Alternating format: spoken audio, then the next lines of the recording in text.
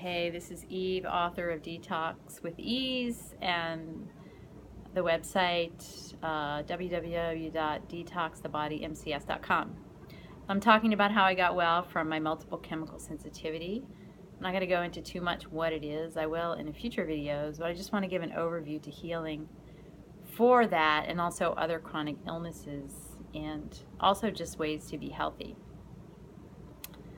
So another very important factor in my healing was, so there's the brain, which many people with chemical sensitivity have PTSD. It's a coincidental illness that goes with the chemical sensitivity, and it makes perfect sense to me now. So I didn't know I had that at the time, but later I found out I had quite severe PTSD. I was just used to it, and so I wasn't aware. But what that basically is like your brain will be triggered to get into the fight or flight or freeze response, the stress response. So when that happens, your breathing becomes shallow, and the blood is cut off from your digestion and other non-essential organs, and then your body's flooded with this adrenaline and other cortisol, other chemicals. So it's your body's reaction to help you run away from the lion, but if you're running away from the lion like 24/7, or at least while you're awake, you're constantly triggering that response, and after a while it really breaks down your health. So that's why many people say stress is the underlying cause of just about every illness, because you're not getting the oxygen into your cells, and that's essential. And then also these other chemicals, your organs are not functioning well because of the lack of blood and oxygen, and just the way your body responds. So a lot for me, besides actually healing the PTSD, which involves some EMDR and therapy, and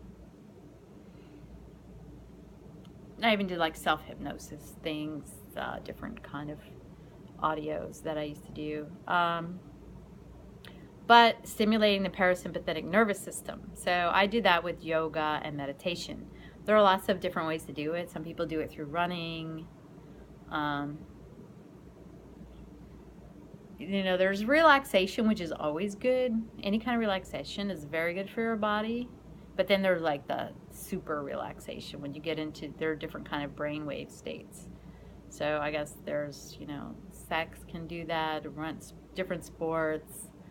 I'm not really remembering right now what the other things are.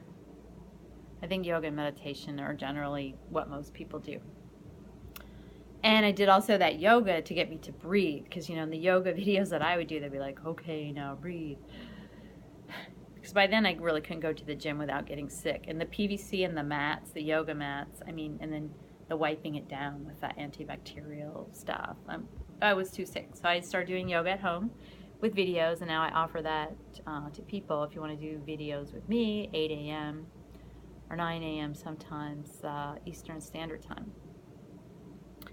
But you are actually healing that part of your brain, the amygdala, and your body, when you do the opposite of the stress response. It's, a healing response. So it takes some time. So, if you're going to do yoga, you got to find a way that you like, and a way that's motivated for you to do it every day, not like, oh God, I got to do yoga, there's different teachers, there's different styles, there's different everything, and you don't have to do yoga, you can do something else. But especially good things that involve breathing. That was, because I realized I had been breathing shallowly my entire life. So much so that my rib cage was even frozen up, because the bones are not hard like you see in a skeleton. They're moving, and you need to have a lot of room in your ribs to open and close. So if you don't open them much over time, their range of motion is smaller and smaller. So the yoga is good for that. I also do different forms of dance, which use a lot of upper body and rib cage. Because I love dancing, so I'll do that. You gotta find something that you love. And you can try yoga with me, or you can try other people. Everyone just has a different thing that they like doing. So I started off with restorative yoga because I was so tired. All I could do was like go 3 blocks and lay down in the yoga studio. Which that's what this restorative yoga, Bernie, my teacher, I still love him because he changed my life. And all I could do was just go there and lay down. And he's like, okay, there's no stretching and no exercise in this class. Like, you don't have to make any effort.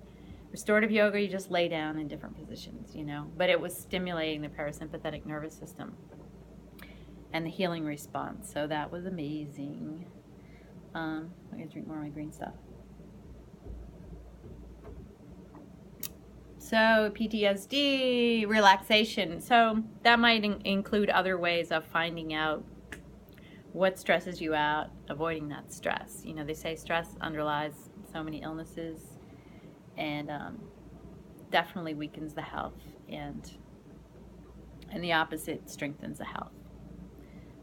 And, you know, oxygen, sunshine. That's why in the olden days, you know, they would send people like to the coast, you know, those Europeans that got the consumption, they would always go get the cure, you know, down in the Mediterranean. And that relaxation, that oxygen, that sunshine, a lot of things like this are actually things that really are healing.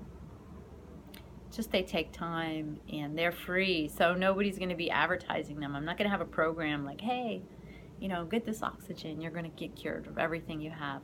So a lot of it's marketing, you know, in our world. We spend a lot of money on a special coffee or one special supplement. And, you know, it may or may not help, but it's probably not going to cure us. You know, the curing is a little bit more involved, usually. Some people have gotten cured. So I used to look up cures, and I put them on my old website. Some people have gotten cured with,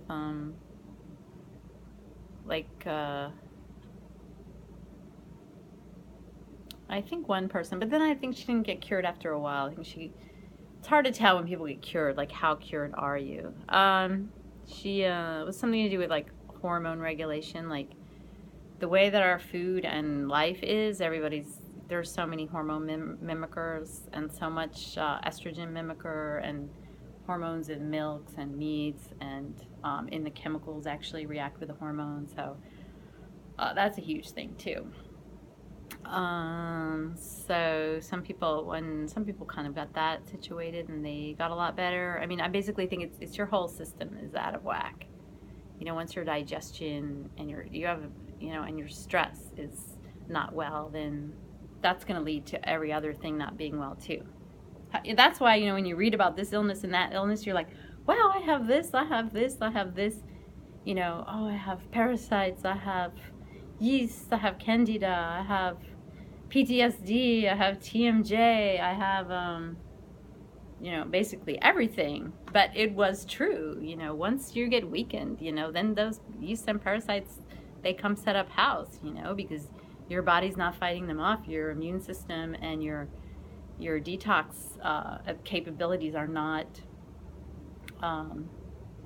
they're not kicking in and dealing with all that stuff, you know, like a healthy person. So, that was a sidetrack. Okay, stress, grounding, meditation, yoga. Those were like the big ones for me. I got a lot of help from acupuncture. I did get a lot of help from doing all those coffee enemas and saunas. Like, you immediately feel better. When you're feeling sick for a reaction, you do the coffee enema or you do a sauna, like, you know, within 15 minutes, you're going to start feeling better. You can feel actually clean. You know, those things are really cleaning amazing amounts of toxins out of your body, and you can feel it. So I think also, you know, the long-term detoxing. And if you have chemical sensitivity, don't try to tough it out and do your daily life and just, you know, get over the toxins. I did that for a while, and I was getting sicker and sicker because chemical sensitivity is not an allergy. You know, every time you are exposing yourselves to the toxins, you're actually damaging your health more and more, and they're piling up in there. Okay, I'm going to go to part 3 now. So click like, make a comment, and go to part 3.